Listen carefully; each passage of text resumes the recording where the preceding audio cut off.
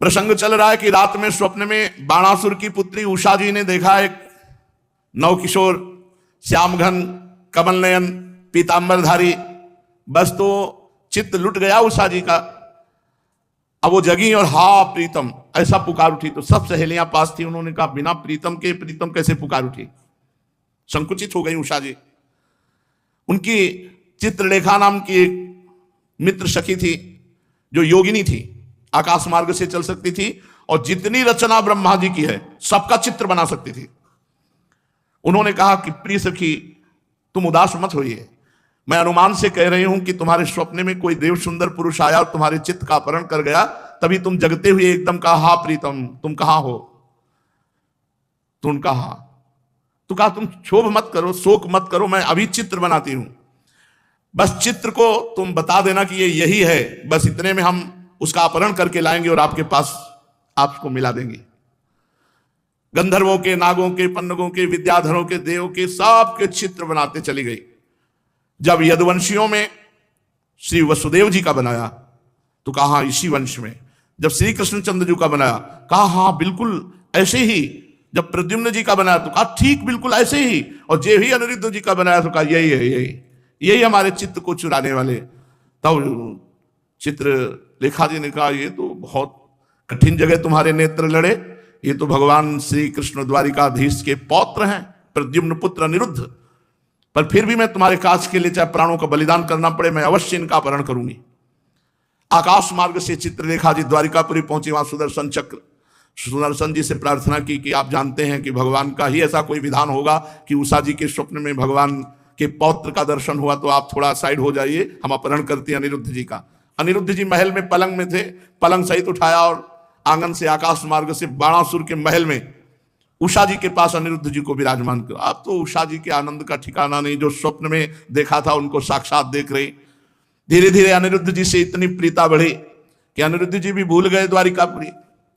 हंसना खेलना खाना पीना आनंद मनाना वो तो राजमहल है। एक दिन उषा जी किसी कार्य से, तो जो वहां के वृद्ध सैनिक थे सुरक्षा में, तो वृद्ध ने देखा उषा जी को प्रसन्न मुद्रा में, तो कुछ ऐसे लक्षण भी देखे। उन्होंने जाकर के बाणासुर से कहा महाराज आपकी पुत्री का चरित्र दूषित हो चुका है, क्योंकि कुछ लक्षण ऐसे दिखाई देते हैं। बाणासुर ने कहा कि क्या चूक हो गई पहरे में?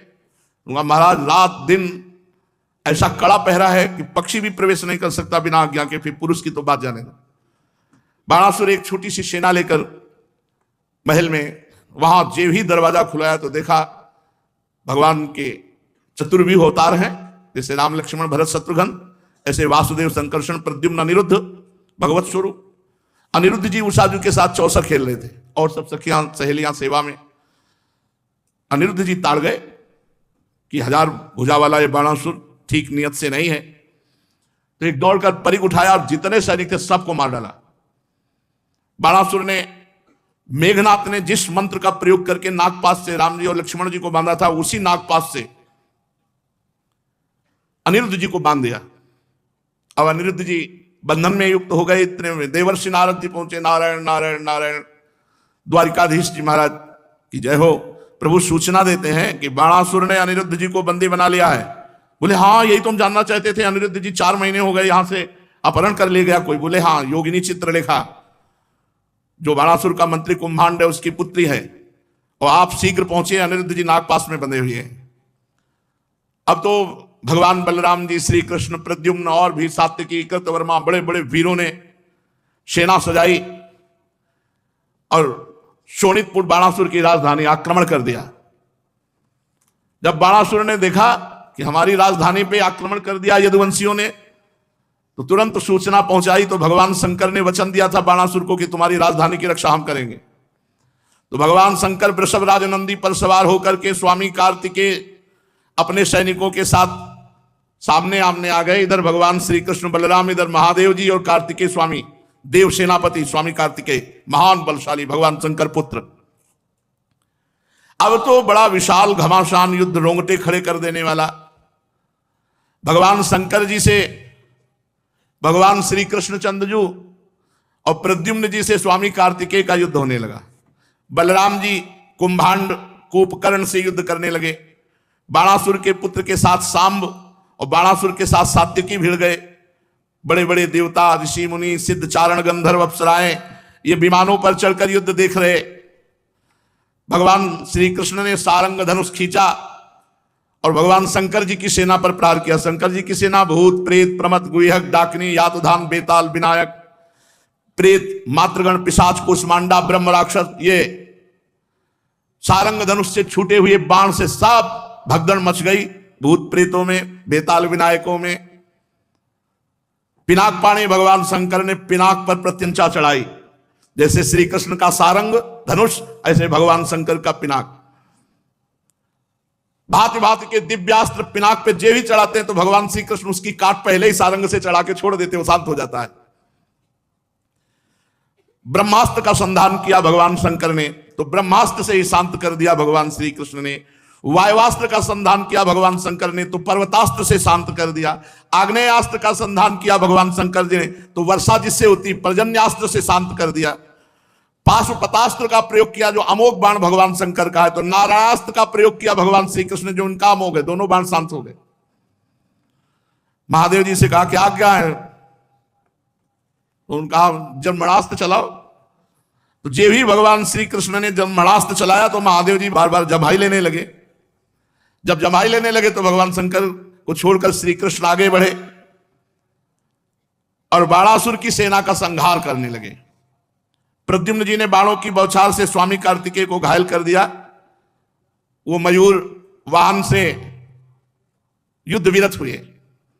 बलराम जी ने हल से पकड़ना, मूसल से मारना, तो कुंभाग और कूपकर्ण आदि इन सबको रणभूमि में मार गिराया मूसलों की मार से। अब ऐसा बलराम जी का मूसल चले कि बड़े बड़े गजरात तितर भीतर सब हो गए। बाणासुर ने देखा हमारी सेना तहस नहस हो गई और हमारे गुरुदेव भगवान शंकर तो जमाई लेने में ही लग गए। कार्तिक जी का मोर उड़ गया, युद्ध विरत हो गए। अब उसने 1000 भुजा, 500 धनुष, लाखों बाण संधान एक साथ क्रोधित होकर बाणासुर युद्ध करने लगा। भगवान श्री कृष्ण ने एक बाण से सब धनुष की प्रत्यंचाएं काट दी, सारे बाण काट दिए। अब भगवान श्री कृष्ण ने पांचजन्य शंख की ध्वनि की और सारथी, घोड़े सब बाणासुर के नष्ट कर दिए। अब बाणासुर को मारने ही वाले थे कि कोटरा नाम की एक देवी बाणासुर की धर्म माता थी। उसने बाणासुर की रक्षा के लिए अपने वस्त्र उतार दिए। भगवान श्री कृष्ण ने तुरंत नेत्र मोड़ लिए, क्योंकि अपनी अर्धांगिनी के सिवा किसी भी स्त्री को नग्न देखने से तत्काल सारे पुण्य नष्ट हो जाते हैं। इसलिए परस्त्री गमन भारी निषेध है। तो जे भी वो सामने खड़ी हुई तो सब धर्म के राशि को जानने वाले थे, तुरंत आंखें फेर ली। भगवान श्री कृष्ण ने कि कहीं उस पर दृष्टि न पड़ जाए, मुंह फेर लिया और दूसरी ओर देखने लगे। तब तक बाणासुर धनुष कट जाने और रथहीन हो जाने के कारण नगर में चला गया। इधर जब भगवान शंकर के भूतगण इधर उधर भाग गए तो उनका छोड़ा हुआ 3 सिर और 3 पैर वाला ज्वर 10 दिशाओं को जलाता हुआ भगवान श्री कृष्ण की ओर दौड़ा। भगवान श्री कृष्ण ने उसे अपनी ओर आते देख करके उसका मुकाबला करने के लिए वैष्णव ज्वर छोड़ा। अब वैष्णव ज्वर और माहेश्वर ज्वर में आपस में युद्ध होने लगा। अंत में वैष्णव ज्वर के तेज से माहेश्वर ज्वर पीड़ित होकर चिल्लाने लगा और अत्यंत भयभीत हो गया। जब कहीं त्राण नहीं पाया तो नम्रता से हाथ जोड़कर भगवान श्री कृष्ण की शरण में गया और प्रार्थना करने लगा, नमामि त्वानंत शक्तिम परेशम सर्वात्मानं केवलम ज्ञप्ति मात्रम विश्वोत्पत्ति स्थान संरोध हेतुम यत्तद् ब्रह्म ब्रह्मलिंगम प्रशांतम। प्रभु हे श्री कृष्ण, आपकी शक्ति अनंत है। आप ब्रह्मादीश्वरों के भी परम महेश्वर हैं। आप सबके आत्मा और सर्वस्वरूप हैं। आप अद्वितीय केवल ज्ञान स्वरूप हैं। संसार की उत्पत्ति, स्थिति और संहार इसके कारण आप ही हैं। प्रभु आपके शांत, उग्र और अत्यंत भयानक गुस्सा, तेज ज्वल से मैं अत्यंत संतप्त हो रहा हूं। भगवान, देहधारी जीवों को तभी तक ताप संताप रहता है जब तक वे आशा के फंदों में फंसे रहने के कारण आपके चरण कमलों की शरण नहीं ग्रहण करते। प्रभु, मैंने आपकी शरण ग्रहण की, अब मुझे आपका वैष्णव ज्वर ताप न दे। तब भगवान श्री कृष्ण ने कहा, त्रिशरा माहेश्वर ज्वर से मैं तुम पर प्रसन्न हूं। अब तुम वैष्णव ज्वर से निर्भय हो जाओ। संसार में जो कोई हम दोनों का संवाद स्मरण करेगा उसे तुमसे कोई भय नहीं रह जाएगा। भगवान श्री कृष्ण के इस प्रकार कहने पर माहेश्वर ज्वर उन्हें प्रणाम करके चला गया। तब तक बाणासुर रथ पर सवार होकर भगवान श्री कृष्ण से युद्ध करने के लिए फिर आ गया। बाणासुर ने अपने 1000 हाथों में तरह तरह के हथियार ले रखे थे। अब अत्यंत क्रोध में भरकर चक्रपाणी भगवान श्री कृष्ण पर बाणों की वर्षा करने लगा। भगवान श्री कृष्ण ने देखा कि बाणासुर ऐसे नहीं मानेगा, तो सुदर्शन चक्र का स्मरण किया। स्मरण करते सुदर्शन चक्र हाथ में आ गए और आदेश किया, जाओ इसके अस्त्र शस्त्र और भुजाएं भी काट डालो। बस इतना ही आदेश, जितना आदेश होता है उतना सुदर्शन जी करते हैं। अस्त्र शस्त्र काट दिया और भुजाएं काट। जब चक्रधारी भगवान का चक्र, तो भगवान शंकर आ गए और कहा, त्वम ही ब्रह्म परम ज्योतिर गूढ़म ब्रह्मणि वांग्मये यम पश्यन्त्यमलात्मान आकाशमिव केवलम। प्रभु, वेद मंत्रों में तात्पर्य रूप से छिपे हुए परम ज्योतिष स्वरूप पर ब्रह्म आप हैं। शुद्ध हृदय महात्मा गण आपके आकाश के समान सर्वव्यापक निर्विकार स्वरूप का साक्षात्कार करते हैं। हे समस्त भुवनों के पालक, आप सजाति विजाति स्वगत भेद से रहित एक अद्वितीय आदि पुरुष है। प्रभु, जैसे सूर्य अपनी छाया बादलों से ही ढक जाता है, उन बादलों तथा विभिन्न रूपों को प्रकाशित करता है, उसी प्रकार आप स्वयं प्रकाश हैं, परंतु गुणों के द्वारा मानो ढक से जाते हैं। इसीलिए कोई जल्दी देहाभिमानी आपको जान नहीं पाता। प्रभु, वास्तव में आप अनंत हैं। आपकी माया से मोहित होकर के लोग स्त्री पुत्र देह गेह में आसक्त हो जाते हैं, फिर दुख के अपार सागर में डूबने उतराने लगते हैं। संसार के मानवों को ये मनुष्य शरीर इसलिए आप कृपा करके देते हैं, इस मानव शरीर को पाकर इंद्रियों को वश में किया जाए और आपके चरण कमलों का आश्रय लेकर भजन किया जाए। जो मनुष्य शरीर प्राप्त करके आपका भजन नहीं करते, वो अपने आप को धोखे में डाल रहे हैं, अपने आप को धोखा दे रहे हैं।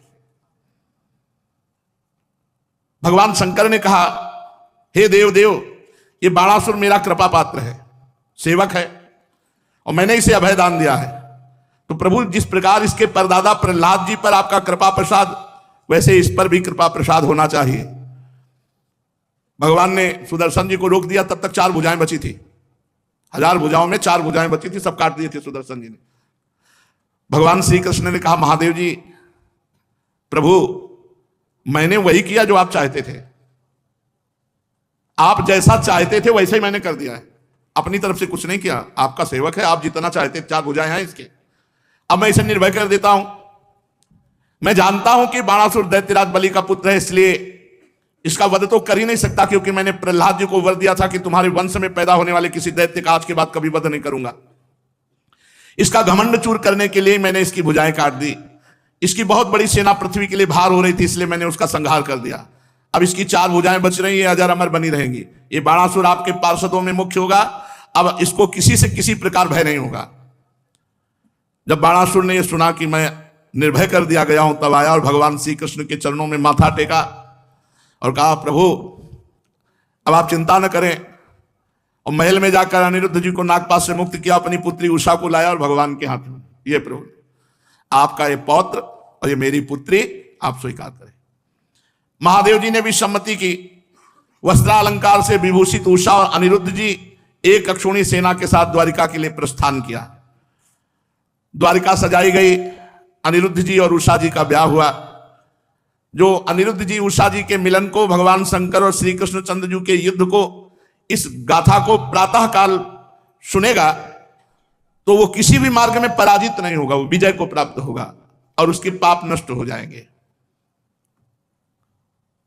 प्रिय परीक्षित, एक दिन सांब, प्रद्युम्न, चारुभान, गद, यदुवंशी राजकुमार द्वारिका के उपवन में घूमने के लिए गए। वहां बहुत देर तक खेल खेलते हुए उन्हें प्यास लगी। अब ये इधर उधर जल की खोज करने लगे, तो एक पास में कुआं दिखाई दिया। कुएं में गए तो देखा एक बहुत बड़ा गिरगिट पड़ा हुआ है, पर्वत के समान आकार का गिरगिट। उसे देखकर उनके आश्चर्य की सीमा न रही। उनका हृदय करुणा से भराया और वे उसे बाहर निकालने का प्रयत्न करने लगे। जब वे राजकुमार उस गिरे हुए गिरगिट को सूत की रस्सियों से बांधकर, चमड़े की रस्सियों से बांधकर नहीं निकाल पाए, तो भगवान श्री कृष्ण के पास जाकर निवेदन किया। जगत के जीवनदाता कमल नयन भगवान श्री कृष्ण उस कुएं के समीप आए और बाएं हाथ से खेल खेल में उस गिरगिट को बाहर निकाल दिया। प्रभु श्री कृष्ण के करकमल का स्पर्श होते ही गिरगिट का शरीर छूट गया और वो देव रूप हो गया। अब उसके शरीर का रंग तपाए हुए स्वर्ण के समान चमक उठा। शरीर पर अद्भुत वस्त्र, आभूषण, पुष्पों के हार शोभा पा रहे थे। भगवान श्री कृष्ण जानते थे कि इस दिव्य पुरुष को गिरगिट की योनि क्यों मिली, फिर भी वो कारण सर्वसाधारण को मालूम हो जाए, इसलिए उन्होंने उस दिव्य पुरुष से पूछा, महाभाग तुम्हारा रूप तो बहुत सुंदर है, तुम हो कौन? कल्याण मूर्ति, कौन सा ऐसा कर्म बिगड़ गया जिससे तुम्हें गिरगिट की योनि में आना पड़ा? वास्तव में तुम इसके योग्य नहीं हो। हम लोग तुम्हारा वृत्तांत जानना चाहते हैं, यदि तुम हम लोगों को बतलाना उचित समझो तो बतलाओ। अनंत मूर्ति भगवान श्री कृष्ण ने जब उस गिरगिट देह को छोड़कर निकले हुए देव पुरुष से ऐसा कहा तो उन्होंने सूर्य के समान प्रकाशमान तेजोमय मुकुट भगवान के चरणों में रखकर प्रणाम किया और कहा कि दानियों की अगर कभी चर्चा हुई होगी तो मेरा नाम सुना होगा। देख लो, इतने बड़े दानी की ये हालत हुई, गिरगिट बन गए। नाम जप करो, नाम से बड़ा कोई साधन, कोई दान, कोई पुण्य नहीं है। महाराज, मैं इक्ष्वाकु का पुत्र राजा नृग हूं, जब दानियों की चर्चा चलेगी तो मेरा नाम जरूर आएगा। जब कभी किसी ने आपके सामने दानियों की गिनती की होगी तो उसमें मेरा नाम भी अवश्य आया होगा, क्योंकि मैं सबसे बड़ा दानी हूं। प्रभु, आप समस्त प्राणियों की एक एक वृत्ति के साक्षी हैं। भूत और भविष्य का व्यवधान भी आपके अखंड ज्ञान में किसी प्रकार की बाधा नहीं डाल सकता। अतः आपसे छिपा ही क्या है, फिर भी आपने परिचय जानना चाहा, इसलिए मैं कहता हूं। देखो, कह रहे हैं पृथ्वी में जितने धूलिकण हैं, आकाश में जितने तारागण हैं और वर्षा में जितनी जल की धाराएं गिरती हैं, उतनी गौएं दान किया है हमने। भगवान के सामने झूठ तो बोलेंगे नहीं, कितने बड़े दानी हैं। और वो गौएं सभी दुधार, नौजवान, सीधी, सुंदर, सुलक्षणा, कपिला गौएं थी, और सब न्याय से प्राप्त धन के द्वारा मैंने दान किया है। सबके साथ बछड़े थे, सींगों में सोना मढ़ा दिया था, खुरों में चांदी, वस्त्रहार और गहनों से सजा धजा कर इतनी गौएं मैंने दान की जितनी पृथ्वी के धूलिकण, वर्षा की धाराएं, आकाश में तारे, इतनी गौएं, मतलब अथा भगवान। और भी मैंने युवावस्था से संपन्न श्रेष्ठ ब्राह्मण कुमारों को, जो सद्गुणी, शील संपन्न, कष्ट में पड़ी हुई कुटुंब वाले, दम्भ रहित, तपस्वी, वेद पाठी, इन सबको मैंने गौएं दान की, मकान दान किया, कन्या दान किया, बहुत कुछ। इस प्रकार मैंने बहुत सी गौएं, पृथ्वी, सोना, घर, घोड़े, हाथी, दासियां, कन्याएं, तिलों के पर्वत, चांदी, सैया, वस्त्र, रत्न, गृह सामग्री, रथ आदि दान किए। अनेकों यज्ञ किए, बहुत से कुएं, बावली आदि बनवाए। सुन लीजिए ध्यान से, इन सब का मान मर्दन करके गिरगिट की योनि मिली एक अपराध बनने पर। और नाम जब करने वाला साधक है, 1000 अपराध बन जाए तो भी ऐसी दुर्गति नहीं होगी। उसे अगर कहीं जन्म लेना पड़ा तो श्रीवान कुलवान के यहां जन्म होगा और बहुत जल्दी वो भगवत प्राप्त हो जाएगा। नाम बहुत अमोघ है, इसलिए नाम को मत छोड़िए। आगे वो बताएंगे कि मेरे से क्या भूल हो गई जिसके कारण उनको गिरगिट की योनि मिली। शेष चर्चा आगे। श्री राधा वल्लभ लाल की।